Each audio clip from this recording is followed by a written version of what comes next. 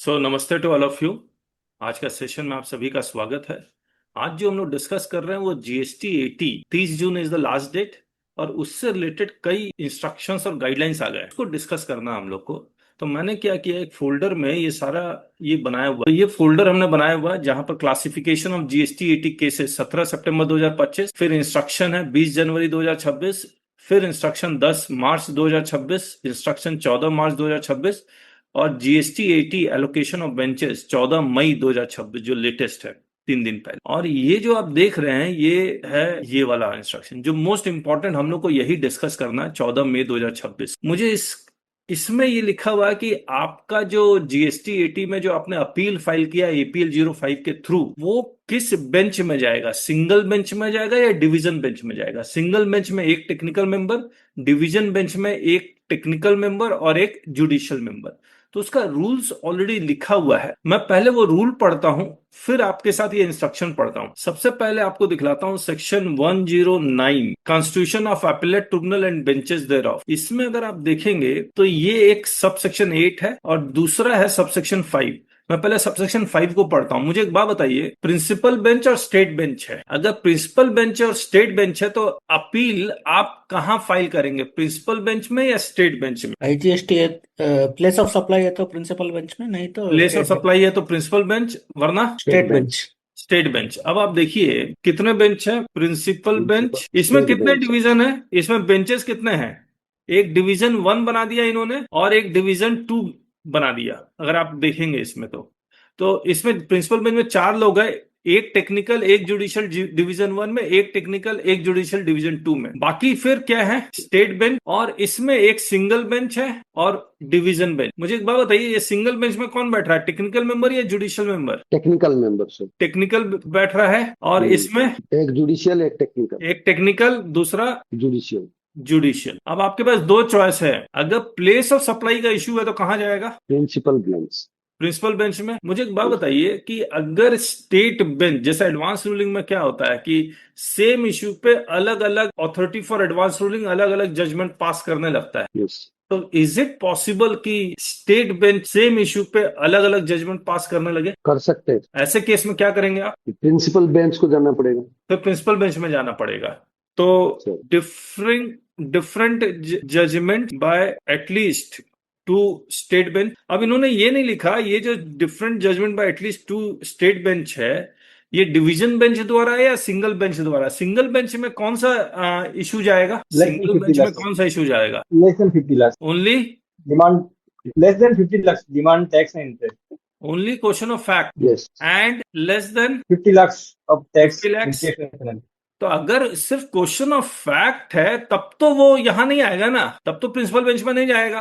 Principal bench में तभी जाएगा when decision is passed by division bench and it involves question of law. Hello, yes समझ गए आप। सर। अच्छा एक बात बताइए, अगर आईएसडी का इश्यू है, आईएसडी का इश्यू है तो कहां जाएगा। इनपुट सर्विस डिस्ट्रीब्यूटर का इश्यू है तो कहां जाएगा। वो प्रिंसिपल बेंच में ही जाएगा। क्यों, क्योंकि वो सारे ये हो रहा है ना, एक इट स्टेट से इन्वॉल्व्स लिमिटेड नहीं। It involves more than one state. Yes. तो आईएसडी का इश्यू भी यहीं जाएगा। ओ आई डी ए आर का इश्यू कहां जाएगा, यहीं पे ही से। यहीं जाएगा। और गेमिंग फ्रॉम आउटसाइड इंडिया वो भी यहीं जाएगा, करेक्ट। तो यस इन्होंने क्या यस। किया, ये एक सबसेक्शन 5 में के से पावर लेते हुए एक नोटिफिकेशन लेके आया 17 सितंबर 2025। तो the principal bench and state bench shall hear appeals against the order passed by the appellate authority और revisional authority provided that the cases in which any one of the issues involve relates to the place of supply shall be heard only by principal bench. अब यहां पर any one of the issues involve relate to the place of supply. ये place of supply का issue मैं आपको बता देता हूं। जब देखिए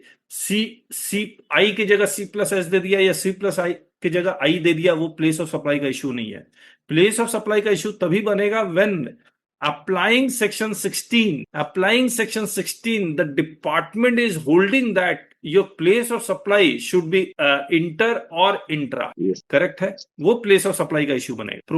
और एंटी प्रॉफिटरिंग मैटर भी प्रिंसिपल बेंच में ही जाएगा। Yes। फिर ये जो तीसरा प्रोवाइजो में उनके पास पावर दिया गया on the recommendation of the council कि they can notify other cases shall be heard only by principal bench. और ये नोटिफिकेशन है 17 सितंबर 2025 का। एनी केस और class of cases pending before two or more state benches where the president is satisfied that an identical question of law is involved.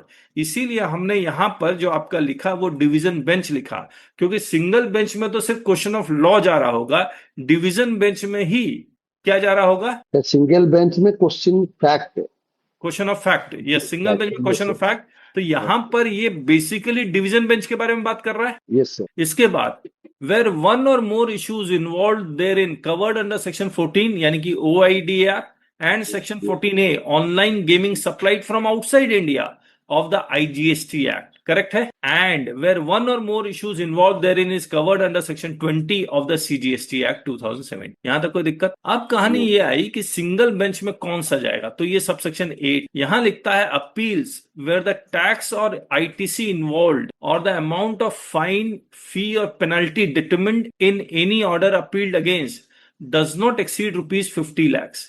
ये 50 lakh count कैसे करेंगे आप? सिर्फ टैक्स है या सब कुछ मिला के 50 लाख होना चाहिए? सब कुछ मिला के, सब कुछ मिला के होना चाहिए। मान लीजिए सिंगल ऑर्डर पास हुआ है डिफरेंट पीरियड का, तो सारा पीरियड को इंक्लूड करके होना चाहिए, करेक्ट? Yes sir. मान लीजिए सिंगल ऑर्डर पास हुआ है 20-21, 21-22 का, तो 20-21 का टैक्स इंटरेस्ट पेनाल्टी फीस जोड़ दीजिए, 21-22 का टैक्स इंटरेस्ट पेनाल्टी फीस जोड़ दीजिए, सबको क्यूमुलेटिव मिला के, यानी कि क्वा ऑर्डर देखेंगे हम लोग, क्वा पीरियड नहीं, क्वा ऑर्डर देखेंगे।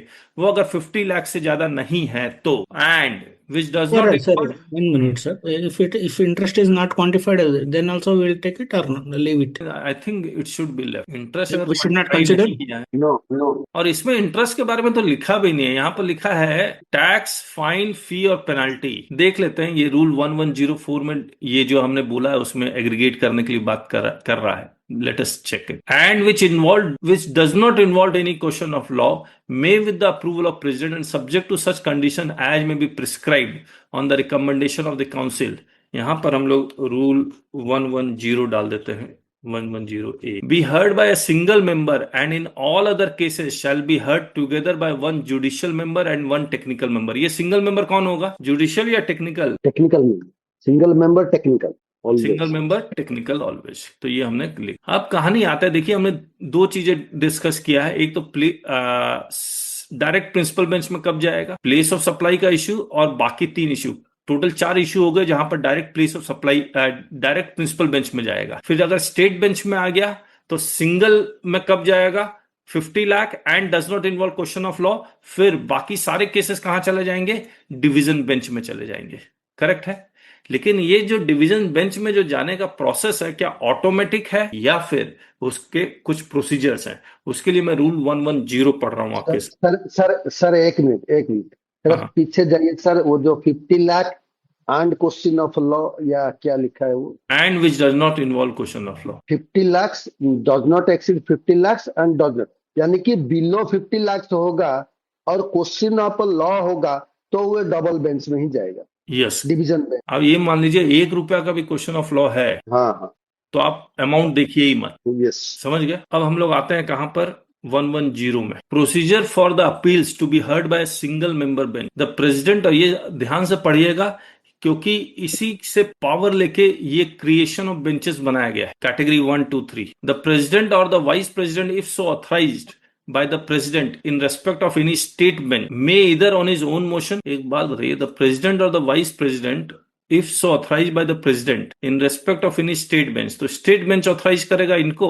principal bench के president या vice president को, may either on his own motion or an application filed by the parties to the appeal scrutinize the appeal and transfer such appeal to any single member bench within the respective state if the appeal does not involve a question of law। किसके पास power है? Court में इसका कोई शब्द होता है कि delegation word नहीं है, एलोकेशन ऑफ केसेस।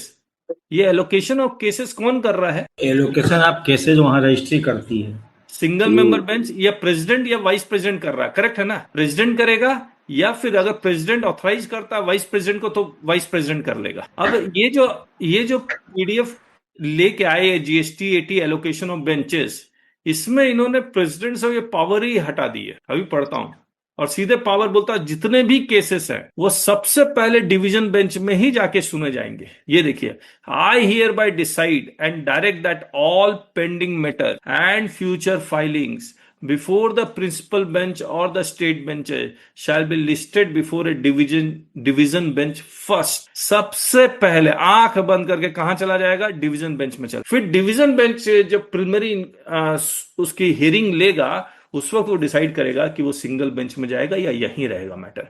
आगे पढ़ता हूं, इसको हम लोग पीडीएफ को पढ़ेंगे बाद में। In case of single member bench while hearing the appeal allotted under sub rule 1, देखिए रूल 110 के सारे प्रोसीजर को उन्होंने रिवर्स कर दिया एक तरह से। अभी यहां क्या हो रहा है कि केसेस आया प्रेसिडेंट के पास, प्रेसिडेंट डिसाइड कर रहा है सिंगल में जाएगा या डिवीजन में जाएगा। अब ये फिर जब सिंगल में चला गया तो ये सिंगल मेंबर बेंच से डिसाइड करेगा कि ये डिवीजन बेंच का मैटर है या नहीं है। यानी कि एक टेक्निकल मेंबर डिसाइड कैसे करेगा कि whether it involves question of law और not, where he is not competent. तो उसी को चेंज किया गया, that they have all reversed it. In case the single member bench while hearing the appeal allotted under sub rule 1 comes to a conclusion, यानी कि technical member is coming to a conclusion where he is not competent, that the appeal may involve a question of law, such bench shall, for reasons to be recorded in writing, send back the appeal to the president or the vice president as the case may be for reconsideration। तो ये rule ही गड़बड़ बना हुआ था ना, they have corrected it. पहले कहां जाएगा बताइए मेरे? डिवीजन बेंच में जाएगा सर। डिवीजन बेंच में जाएगा। Division bench is competitive to decide whether it involves question of law और not. Yes sir, yes sir. Division bench is competent to decide whether it involves only question of fact. Yes. तो जैसे ही अगर division bench ये decide करता है the order in question involves only question of law in all issues, तो वो कहां भेज देगा? सिंगल बेंच को, सिंगल मेंबर बेंच को भेज। समझ में आया? This is the correct procedure also. अभी हम लोग और डिटेल में पढ़ेंगे। During the scrutiny of appeal under sub rule 1, यहां पर प्रेसिडेंट देखिए क्या कर, तो प्रेसिडेंट डिसाइड करता था कि ये सिंगल मेंबर में जाएगा या डिवीजन बेंच में जाएगा। अब कौन डिसाइड करेगा? अब division bench decide, division bench decide करेगा। और reconsideration of appeal under sub rule 2, the facts as to whether in respect of the same taxable person within a state the same issue for the same or different tax period has already been heard or decided by a bench comprising of a technical member and a judicial member shall be taken into consideration where such a matter exists. The appeal shall be heard by a bench comprising of a technical member and a judicial member. अब देखिए ये चीज division bench कैसे कर लेगा? मान लीजिए principal bench का प्रेसिडेंट एकदम ऊपर में बैठा हुआ, उसके अंदर सारे स्टेट बेंचेस हैं, उसको पता है कि किस इश्यू में महाराष्ट्र स्टेट बेंच ने क्या डिसाइड किया, उत्तर प्रदेश स्टेट बेंच में या झारखंड स्टेट बेंच ने क्या क्या डिसाइड किया, ही नोज। लेकिन एक स्टेट बेंच का डिवीजन बेंच जो उत्तर प्रदेश का, उसको क्या पता महाराष्ट्र ये सब में क्या हो रहा है? अगर बाई चांस पता भी है, whether it will take that into consideration, whether the taxpayer ये कहता है कि टैक्स पेयर भी तो अपनी बात रखेगा, it involves question of law और नॉट, तो डिफरेंट ट्राइब्यूनल के जजमेंट को अपनी उसमें रखेगा एंड इसमें इंप्रेस करेगा डिवीजन बेंच को। It should B heard only by state bench since Maharashtra में सेम इश्यू पे state division bench he here कर रहा है। ये बात दोबारा पढ़ लेते हैं। During the scrutiny of appeal under sub rule 1 or reconsideration of appeal under sub rule 2, the fact as to whether in respect of the same taxable person within a state the same issue for the same or a different tax period has already been heard or decided by a bench comprising of a technical member and a judicial member। अच्छा एक बात बताइए, same taxable person within a state, the same issue for the same or different tax period has already been heard or decided by a bench। यानी कि मान लीजिए महाराष्ट्र में already एक इश्यू डिसाइडेड है, मेरा इश्यू महाराष्ट्र में चल रहा था और वो डिवीजन बेंच ने डिसाइड कर दिया मेरे फेवर में। वही same issue same tax period के लिए, डिफरेंट टैक्स पीरियड के लिए उत्तर प्रदेश में चल रहा है, फिर क्या होगा? तो डिवीजन बेंच ही हियर करेगा। तो क्या उसको प्रिंसिपल बेंच बोलेगा नहीं कि no no no you file into the principal bench only? क्योंकि एक से ज्यादा स्टेट जैसे इन्वॉल्व होंगे डायरेक्ट प्रिंसिपल बेंच में जाना चाहिए। ये कैसे डिसाइड होगा? एक बार दोबारा पढ़ते हैं उसको, ये वाला। Pending before 2 or more state benches where the president is satisfied that an identical question of law is involve. तो ये pending before 2 or more state benches, मान लीजिए मेरा महाराष्ट्र में मैंने एपीएल 05 फाइल कर दिया, उत्तर प्रदेश में भी फाइल कर दिया, झारखंड में भी फाइल कर दिया, अब पेंडिंग है। उसके बाद क्या प्रेसिडेंट कॉल करेगा या टैक्स पेयर को जाना होगा, या फर्स्ट हियरिंग हो जाएगी, yes yes every bench agreed कि yes it involves question of law, तो president will call the file और टैक्स पेयर, इसका कोई प्रोसीजर आया या नहीं आया? चलिए ये तो वक्त ही बताएगा। समझ रहे हैं क्या कह रहा हूं मैं? अब ये देखिए 4, for the purpose of recording the amount of 50 lakh rupees, the cumulative tax ITC involve और द अमाउंट ऑफ फाइन, फी और penalty excluding interest. Arvind ji, shall be determined with reference to all issues and all taxpayers covered in the order appeal. तो interest quantify हो या ना हो उससे कोई फर्क नहीं पड़ता है. Interest is again automatic. So it is excluded. Excluded. Okay. ठीक है, आपने जो भेजा उसमें भी वही है क्या? नहीं sir, what we attended on session last week, it is not what they are telling is it is not easy to identify question of fact and question of law. There will be some mixed cases will be there. We'll discuss that. That's why the division bench is there. हम लोग अभी discuss करते हैं. अब देखिए rule 110 का एकदम reverse है ये नोटिफिकेशन. ये office order number 3 GST 80 PB का मतलब प्रिंसिपल बेंच 2026 डेट 14 मई 2026 और ये Jeevan Bharati building Connaught Place 6th floor tower 1. इसको पढ़ लेते हैं, इससे बहुत सारी चीजें क्लैरिटी आ जाएगी. Wide section 109 sub section 8 109 sub section 8 अभी हमने पढ़ा आपके साथ, जिसमें 50 lakh and does not involve question of law single member bench में जाएगा. एंड रूल 1101 क्या था? ये वाला प्रेसिडेंट और ये सब डिसाइड करेंगे. मैटर्स इन्वॉल्विंग टैक्स लायबिलिटी और other issues of A value less than 50 lakh and not involving any question of law may with the approval of the president be listed before a single bench for which the president of the GST 80 or vice president of the state bench have to scrutinize the records. अब sub rule 2, if the single bench finds that any matter or appeal may involve the question of law for reasons to be recorded, such appeals may be sent back to division bench. तो single member bench इसको भेज रहा था. Now this has been all been corrected. Rule 123 देखिए ये क्या कह रहा है. In order to remove difficulties in formation of the benches, I hereby decide and direct that all pending matters and future filing before the principal bench or the state benches shall be listed before a division bench first. सबसे पहले कहाँ जाएगा? Division bench. Only if the division bench comes to the finding that those cases do not involve any question of law, अगर mixed question of law है, mix question of law और fact यानी question of law भी है question of fact भी है, then it may record the reasons for the same and place it before the president और vice president of that state as the case may be for appropriate direct. तो याद रखिएगा जो appeal already file हो चुका है, जिसकी एक हियरिंग में भी सिंगल बेंच टेक्निकल ने कर ली है, उसके बावजूद वो सारे के सारे कहां शिफ्ट हो जाएंगे? डिवीजन बेंच में. Accordingly the vice presidents are advised to take necessary and appropriate step. Vice president of the states. The following benches are therefore constituted for hearing matters which shall be termed as category number 1, 2 and 3. Now इसको बहुत अच्छे से समझना बहुत जरूरी है. Category 1 cases, misclassification of any goods और services और बोथ. बताइए ये क्वेश्चन ऑफ लॉ या क्वेश्चन ऑफ फैक्ट? ये फैक्ट है सर. या मिक्स्ड भी हो सकता है. हाँ मिक्स. मान लीजिए एक पुर्जा है जो ट्रैक्टर में भी लगता है और लग्जरी गाड़ी में भी लगता है. ये क्वेश्चन ऑफ फैक्ट है या क्वेश्चन ऑफ लॉ है? मिक्स. सोच के बताइए. एक लिक्विड है which can be classified as a medicine और ए जूस. सर मेरे हिसाब से ये फैक्ट में होना. फैक्ट है या लॉ है? फैक्ट में होना चाहिए सर. फैक्ट में ही होगा ना. जब आपको इंग्रेडिएंट के बेसिस पे अगर आपको डिसाइड करना है हाँ तो फैक्ट ही तो क्वेश्चन ऑफ फैक्ट ही है. Sure. लेकिन जहां इंटरप्रिटेशन का इश्यू आ जाएगा वो क्वेश्चन ऑफ लॉ हो जाएगा. Wrong applicability of A notification issued under the provisions of this act. Yes. ये क्या है? प्रोविजन को एप्लीकेबल रॉन्ग करेंगे. जैसे सर नोटिफिकेशन नहीं, जैसे एक कॉन्ट्रैक्टर ने बाहर का काम किया दूसरे स्टेट में, वो माल परचेस कर रहा है, जिधर काम हो रहा है माल परचेस कर रहा है उसी स्टेट में, वो जिस स्टेट में काम हो रहा है वो बोल रहे हैं कि जिससे सप्लाई किया माल उसको बोल रहे हैं कि भाई तू CA+S डालना था, आई क्यों डाला? तो वही आ जाएगा इस wrong applicability of the provision. Wrong applicability of notification can only be treated as question of law. Question of fact तो हो ही नहीं सकता. फैक्ट तो डिसाइडेड है, फैक्ट एडमिटेड है कि मेरा मैं ये काम करता हूँ और मेरे को मान लीजिए एग्जम्पशन नोटिफिकेशन है, मैं कह रहा हूँ सीरियल नंबर 1 अप्लाई होना चाहिए, आप कह रहे हैं सीरियल नंबर 1 अप्लाई नहीं होना चाहिए. Yes. It should be a question of law only. चलिए. Incorrect determination of time of supply of goods और सर्विसेज और both. Incorrect determination of value of supply of goods और सर्विसेज और both. Incorrect admissibility of ITC of tax paid और deemed to have been paid credited और ledger denial of ITC blocking credit. देखिए incorrect determination of time of supply of goods and value of time of supply, इसमें तो सिर्फ interest element ही आना चाहिए. अगर time of supply मेरा यही तो डिस्प्यूट होगा, अप्रैल में होना चाहिए या जुलाई में होना चाहिए?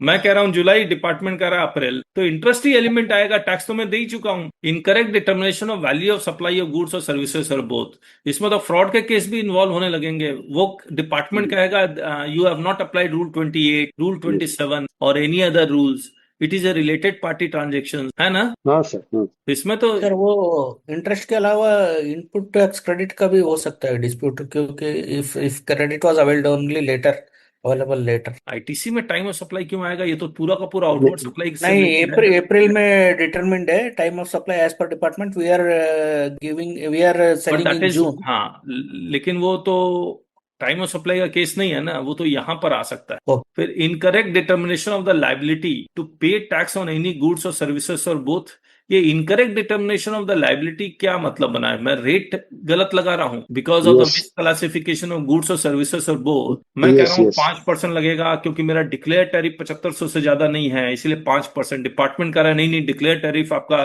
7500 से ज्यादा है, देयरफॉर 18% या 28%। तो ये अगर dispute whether the declare tariff exceeds और does not exceed, whether the this act of mine will, like I have sent email, तो ईमेल में 8000 शो कर दिया कि sending of email to a particular person will be treated as declare tariff और not. तो ये भी question of law भी हो सकता है, क्योंकि I am challenging the definition of declared tariff, whether applicant is required to be registered or has been granted suo motu registration। बताइए, एग्जाम्पल बताइए इसका क्या हो सकता है? डिपार्टमेंट कह रहा है कि आपको रजिस्ट्रेशन करवाना चाहिए था, आपने रजिस्ट्रेशन नहीं करवाया।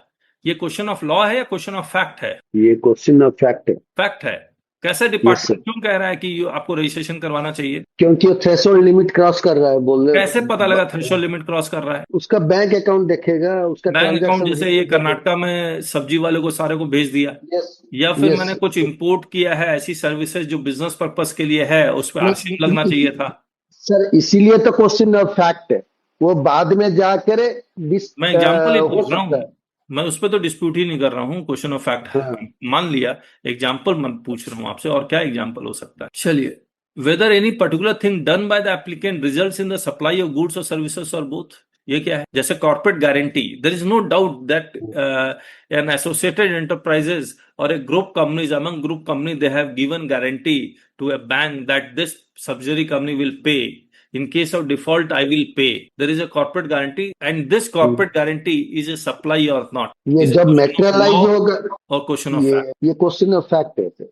वो कैसे? मेटेरियलाइज हुआ, वो मेटेरियलाइज हुआ या नहीं हुआ। मैं कॉर्पोरेट गारंटी दे दिया, लेकिन तब सप्लाई माना जाएगा जब वो मेटेरियलाइज होगा। उसके बिहाफ में जब मैं पैसा दूंगा, वो तो मैं तो पैसा दिया ही नहीं। चलिए, ये पूरा का पूरा क्वेश्चन ऑफ फैक्ट नहीं है, ये क्वेश्चन ऑफ लॉ है। मिक्स हो। नहीं, मिक्स भी नहीं है, बिकॉज कि एग्रीमेंट के according I am not disputing it is a corporate guarantee, department is not disputing it is a corporate guarantee. अब क्वेश्चन ऑफ लॉ यही है कि whether corporate guarantee is a supply और not. We are yes, saying it is not a supply because it is an actionable claim, और it is not a supply because consideration is not applicable. Yes, yes. If consideration is not applicable, neither goods nor supply or service, it is a case of no supply. So it is purely a question of law. For determination of tax not paid, short paid on outward supply under section 73, excess ITC availed or utilized under section 73, fraud or willful suppression of fact, excess, ये 73, 74, 10, 11, 12 को category 1 में डाला हुआ है। और category 1 cases को कहां ले जा रहे हैं ये एक बार देखते हैं। Vijayawada bench, all the 3 category. अच्छा, कैटेगरी 1, एक बात बताइए, इन्होंने कॉम्प्लिकेटेड इतना क्यों किया है? पटना में Manoj Shankar vice president along with Sanjay Kumar Mavandia, technical member state will take up cases in category 1 on Monday, Tuesday and Wednesday, category 2 on Thursday and Friday, category 3 नहीं है।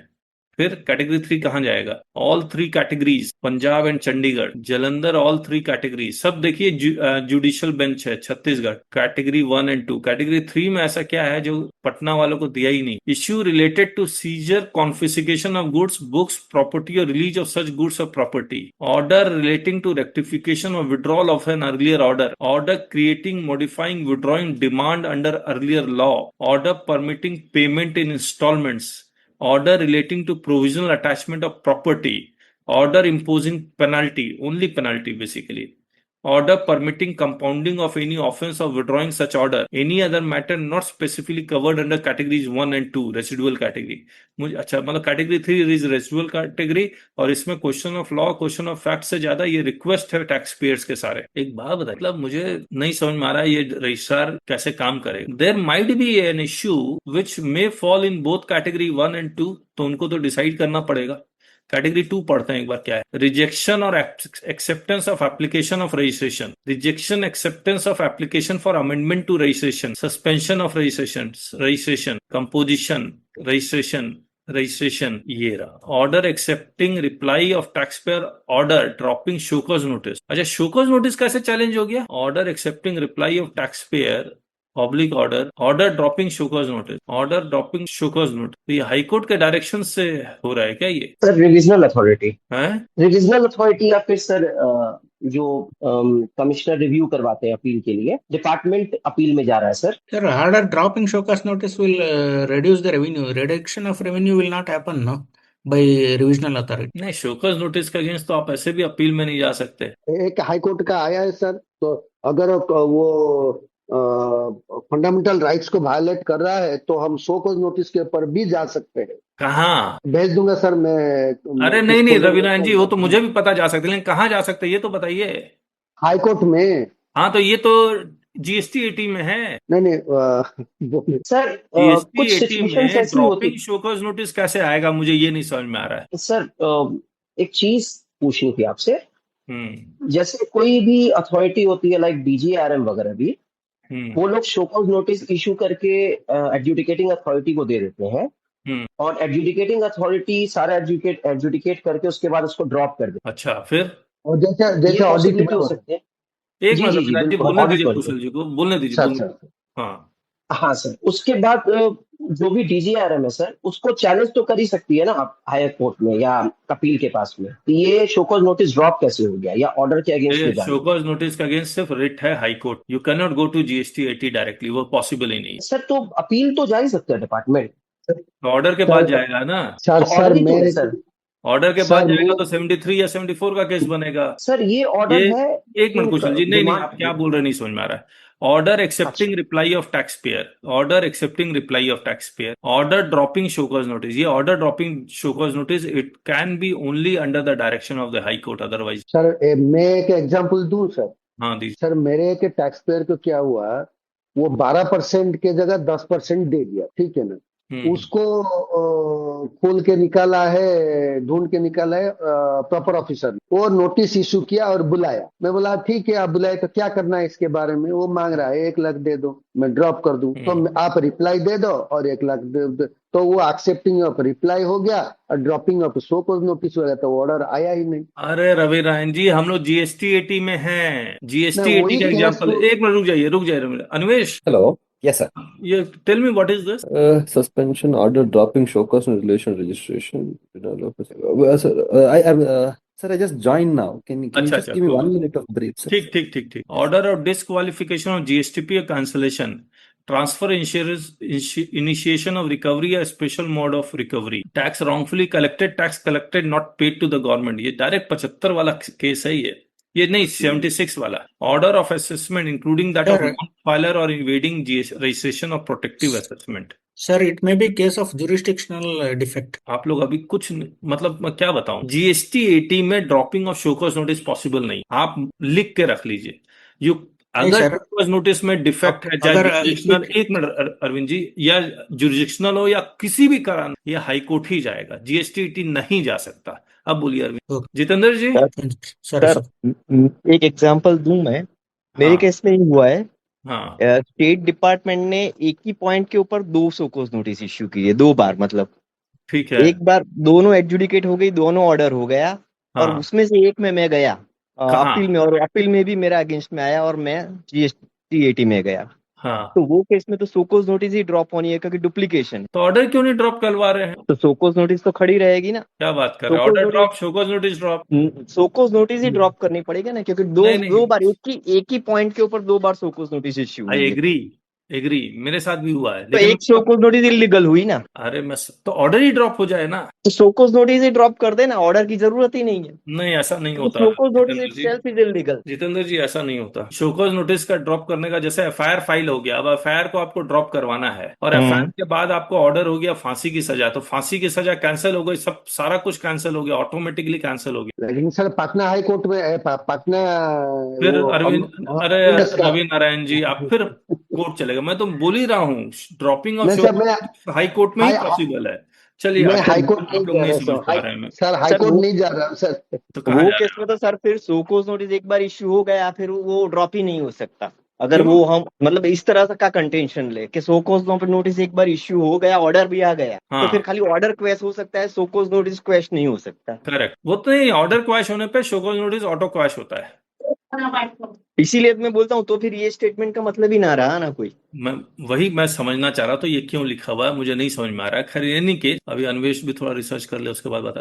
तो ये कैटेगरी 2 बेसिकली लेस, मतलब ब्लैक एंड व्हाइट की तरह है, कि registration से रिलेटेड, कंपोजिशन से, denial of facility to pay tax under composition scheme, ये सब से रिलेटेड है ये। और ये तो एक tax wrongfully collected, tax collected not paid to the government, ये सेक्शन 76 का है। ये तो डायरेक्ट रिकवरी वाला आता है। ये रिकवरी का केस, रजिस्ट्रेशन, रिकवरी और बेस्ट जजमेंट असेसमेंट सब यहां आ गया। तो बेसिकली कैटेगरी 1 ही इंपॉर्टेंट है, जहां पर क्वेश्चन ऑफ लॉ इन्वॉल्व होंगे। और कैटेगरी 3 में अगर देखेंगे तो issues related to seizure, confiscation of goods, books, property or release of such goods, property, rectification order of an earlier order। ठीक है, ये rectification, provisional assessment, in order imposing penalty, ये भी क्लियर कट है। इसका मतलब कोई ओवरलैपिंग बहुत ज्यादा नहीं होने वाला। वन में सारा ओवरलैपिंग, वन में सारा ओवरलैपिंग, वन में आपस में ओवरलैपिंग हो जाए कोई दिक्कत नहीं है। बाकी ये सब तो ठीक है, ठीक है, ठीक है, ठीक। ये कंप्लीट हो गया हम लोग का। Anvesh, could you think of something? Sir, allow me 5 minutes, sir. I'll come back with the concrete No answer. issues। I'm चलो just ठीक checking. है। सर एक बार वापस उस पे आएंगे सर, एक बार किस पे आना है? जो जिस पॉइंट पे डिस्कशन हो रहा था सर अभी, हाँ, ऑर्डर वाली बात पे। सर डिपार्टमेंट को अगर अपील जाना है, हाँ, आप उस पॉइंट ऑफ व्यू से इसको खाली एक बार सोचेंगे सर। जीरो डिमांड निकला है, ऑफिसर ने जीरो डिमांड निकाली है, हाँ। डिपार्टमेंट उसके अगेंस्ट में अपील में जा सकता है? क्यों जाएगा? नहीं अच्छा, सर क्यों नहीं ऑर्डर, जाएगा? हाँ ठीक है, जा सकता है, ठीक है, आगे। बस मैं वो ही बोल रहा हूँ सर कि ये उसका आप उसको इस तरह से इंटरप्रेट करेंगे ना, ऑर्डर अरे एक्सेप्टिंग कुशल जी, रिप्लाई मुझे फ्रॉम आप नहीं, आप समझ ही नहीं रहे। मैं ऑर्डर के अगेंस्ट जा रहा हूँ या शोकॉज नोटिस के अगेंस्ट जा रहा हूँ? डिपार्टमेंट शोकॉज सर नोटिस के ये अगेंस्ट थोड़ी जाएगा। रुक सर जाइए, ये आप ऑर्डर नहीं लिखा सोच पा रहे, नहीं सोच पा रहे हैं आप लोग, रुक जाइए। आप एक बात बताइए, एक और सर्कुलर आया था, उसको बड़े ध्यान से पढ़िएगा आप लोग। जो डिपार्टमेंट अपील में जाता है उसके अगेंस्ट एक सर्कुलर आया था, जहां पर they have fixed a monetary limit, reduction of government litigation, fixing monetary limits for filing appeals और application by the department before GST, high court and supreme court. इसका बहुत लंबा हमने डिस्कशन किया था, यूट्यूब में भी डाला था। फिलहाल ये याद रखिएगा, ये मॉनेटरी लिमिट डाल रहे हैं। अपीलेट फॉर्म जीएसटी में कितना लिमिट होना चाहिए? 20 लाख। 20 लाख, यानी कि अगर 20 लाख से ऊपर है तभी डिपार्टमेंट अपील में जा सकता है। याद रखना, ट्राइब्यूनल में एक्सेप्शंस हैं ऑलवेज।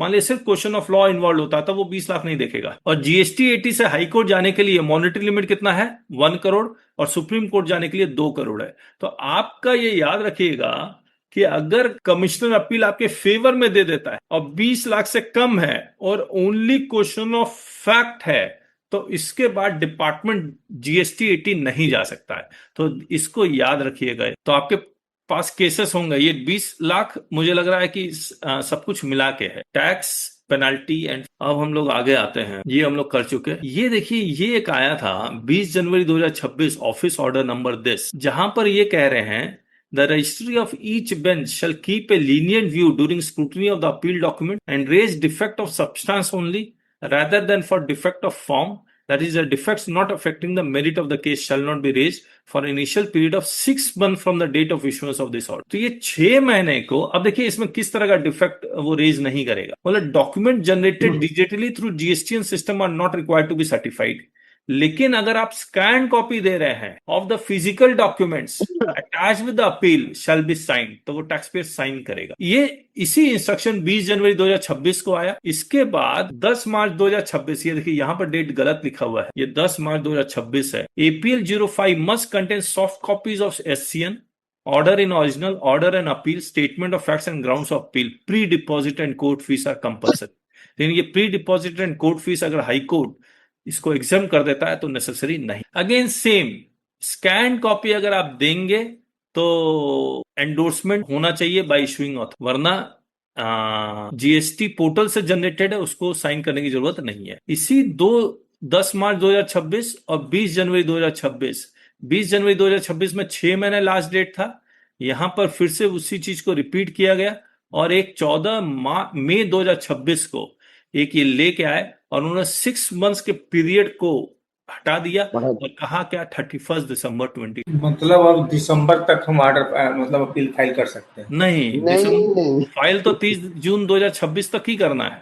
हाँ, लेकिन अगर 30 जून 2026 के बाद भी अगर आप अपील फाइल करते हैं तो भी लीनियंट व्यू ही रखेंगे, ये कह रहे हैं। अब आप लोग के सवाल हैं वो बताइए ना, ये ठीक नहीं। कितने लोगों ने फाइल कराया? मंडे को मेरी आंचल कपूर जी से बात हुई थी, वो मंडे करेंगी। मैंने उनको बोला है कि आप फाइलिंग पे ही ध्यान दीजिए, कैसे फाइल होना है, कैसे वो बनना है, वो पेपर बुक ये सब है वो है, उसमें जो नोटरी लगेगी उसके विषय में भी बताएंगे। हाँ, तो मैंने ये सब ही बोला है। अगर कोई क्वेश्चन है तो आप दे दीजिए ताकि सर मैंने नोटरी का प्रारूप क्या होगा और क्या चीज उसमें कवर किया जाएगा? सर मैं कहीं पे देख रहा था कि वहां लिखा था कलर स्कैन, ऐसा मैंडेटरी है क्या सर कलर स्कैन? मैं वही कह रहा हूँ, तो ये सब चीज मैं तो नहीं पढ़ रहा हूँ, आंचल कपूर जी तो फाइल कर रही है, पढ़ भी रही हैं, तो वो शायद बता पाए। सर जैसे अभी ये मेरा एक डाउट यहाँ पे है, मैं वीडियो में छूट गया था, जो पोर्टल से डाउनलोड करेंगे कोई भी ऑर्डर उसको साइन नहीं करवाना है ना सर? नहीं, लेकिन वो स्कैन ही रहता है ऑर्डर कॉपी, जो अफसर अपलोड करते हैं तो स्कैन रहता है वो स्कैन रहता है, अटैचमेंट। लेकिन वो हाँ अपलोडेड तो अटैचमेंट रहता स्कैन है। होता है। हाँ हाँ हाँ, हाँ, डिटेल्ड स्कैन होता है, करेक्ट करेक्ट। समरी वो डिजिटल रहता है कि डिजिटल से साइन है, उसमें पता चलता है कि ये हाँ पूछना डिजिटल ना है। आंचल कपूर जी से, पूछना ना। Yes Anvesh. Sir, I feel that is in relation to departmental appeal, sir. Departmental appeal वो कैसे? Departmental appeal, because let us say that original show cause notice was issued, and order in original में the proper officer has accepted the submission made by the taxpayer, and the proper officer originally has dropped the show cause notice, because in the order in original he cannot drop an order, he has to drop the show cause notice. And then let us say that when it goes to the first appeal, and if the first appeal does not give any finding but they dismiss the appeal, then there is no doctrine of mergers. So the appeal is still against the order in original only. So normally in GST cases, we there is something called as doctrine of merger. So doctrine of merger में क्या होता है? Let us say that original officer has passed one order, then we are going to call it as order in original. And ये order in original को जब हम order in appeals में लेके जाते हैं, and if the appellate authority gives their finding and discusses something, then it becomes a doctrine of merger will come into picture, in which that order will no more be order of original authority, but it is going to be an order of appellate authority. वो मर्ज हो जाता है। अच्छा, let us discuss. मान लीजिए DRC 01 issue हुआ, reply 01B में दिया, ड्रॉप 01C में हो गया, अब डिपार्टमेंट अपील में कैसे जाएगा? No, this is not the case where they have to go, sir. This is not the case. मान लीजिए DRC 01 इशू हुआ, we gave the reply DRC 06 drop, Yes. अब कैसे जाएगा डिपार्टमेंट अपील? हाँ, now the department can go for an appeal against this dropped order, and this dropped order means is dropped in DRC 07, correct? ठीक है। So they are preferring an appeal against DRC 07, yes. But what do we call that order as? That DRC 07, if you have to give a name, this is an order dropping show cause notice. नहीं, it is an order not dropping show cause notice, it is an order accepting the reply and giving the demand as nil, stating the demand as। इसको हम लोग dropping show cause notice थोड़ी बोलेंगे। हाँ, हाँ, yes sir. So in all the order in original, if you see, sir, so normally क्या होता है कि these both things are two sides of the same coin. Acceptance of the reply by the taxpayer is nothing but officer saying that show cause notice needs to be dropped. मतलब investigation is being dropped? No Anvesh, the investigation is being dropped, sir. Investigation जो होता, proceedings is being dropped, मतलब proceeding was not jurisdictionally valid or was illegal, therefore we are dropping it। मतलब अजीब सा नहीं लग रहा है कि हमने ऑडिट स्टार्ट किया? नहीं, ऑडिट ही गलत स्टार्ट हुआ है। नो, ऑडिट ड्रॉप नहीं होता है सर, क्योंकि audit is an opinion. Audit में at the end of the day एक बात बताओ Anvesh, once the FIR is filed, yes, can police drop it? No sir, high court can, only high court. That is वो 498 में, where you directly go for quashing of the FIR even before starting the investigation, as in even before the starting of the trial. हाँ जब वो FIR होता है sir, FIR और chargesheet में फर्क होता है। Chargesheet is equal to show cause notice, FIR is not equal to show cause notice. FIR is the commencement of investigation, chargesheet is the culmination of investigation. Chargesheet में वो तब भी chargesheet file होता है जब सारा का सारा इन्वेस्टिगेशन खत्म होता है। सिमिलरली एक मिनट जैसे मुझे है एक ना, एक मिनट मुझे इसका बोलो। मतलब ASMT 10 and DRC 01A, these are FIR. चलिए कोई बात, हम लोग एक बार और डिस्कस कर लेंगे इसको। Sir, only but one additional point as far as doctrine of merger is concerned for the all the benefit of the participants here. हाँ हाँ जो डॉक्ट्राइन ऑफ मर्जर होता है, it is very simple sir. Now let us say that one of the teacher have corrected my paper, hmm and if teacher ने मुझे कुछ कम marks दिया, hmm and if I go to principal and complaint and say that teacher ने मुझे proper marks नहीं दिया, हम्म and if the principal says you have come late, or I am not going to interfere with what teacher has decided, in hmm that case when I go to another higher authority, that hmm time I am not going to appeal against the principal's order. I am hmm still going against appeal against what teacher has corrected. लेकिन लेकिन हम्म जब मैं teacher का corrected marksheet लेके मैं principal के पास गया, और हम्म अगर प्रिंसिपल ने वो आंसर को वेरीफाई किया, बाद में अगर प्रिंसिपल ने वो अमाउंट को वही कंफर्म किया या थोड़ा ज्यादा कम किया by hmm giving his discussion and finding, hmm तब वो प्रिंसिपल का जो करेक्शन जो होगा वो प्रिंसिपल का मार्कशीट होगा। मास्टर लगेगा। तो उसका ठीक है। ऊपर में जब जाऊंगा, I will be saying that principal made the mistake, not the teacher made the mistake. So this is called as doctrine of merger. नहीं, सो इसमें क्या, अगर एक्सपर्ट ऑर्डर होगा तो अपीलेट अथॉरिटी का।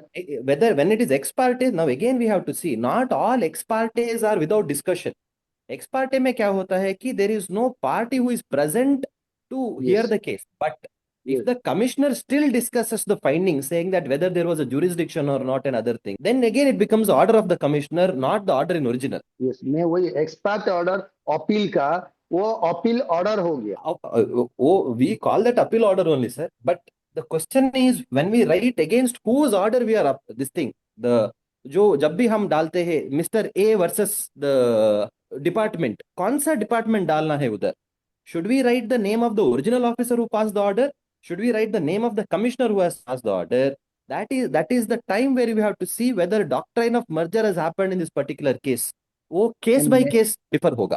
मैंने मेरा एक केस है कि वो डॉक्ट्रिन ऑफ मर्जर में लेना चाहता हूँ, तो मेरा क्या केस क्या है, ऑर्डर इन ओरिजिनल पास हुआ, अपील में चले गए, अपील वाले ने क्या किया कि एक्सपर्ट ऑर्डर ने ऑर्डर पास कर दिए, उस बीच एमनेस्टी आया, एमनेस्टी में पेमेंट में ऑर्डर ओरिजिनल अगेंस्ट में कर दिया, और अपील जो एमनेस्टी का एप्लीकेशन में डाला वो ओरिजिनल ऑर्डर नहीं दिखा रहा था, उस टाइम अपील ऑर्डर दिखा रहा था, अपील ऑर्डर में चला गया। तो अभी क्या किया ने, उन लोगों ने रिजेक्ट कर दिए। तो ये कौन सी में जाएगा, डॉक्ट्रिन ऑफ मर्जर में जाएगा या नहीं? Again, if he has not given a finding and he has dismissed, sir, the only list that is pending before you is order in original only.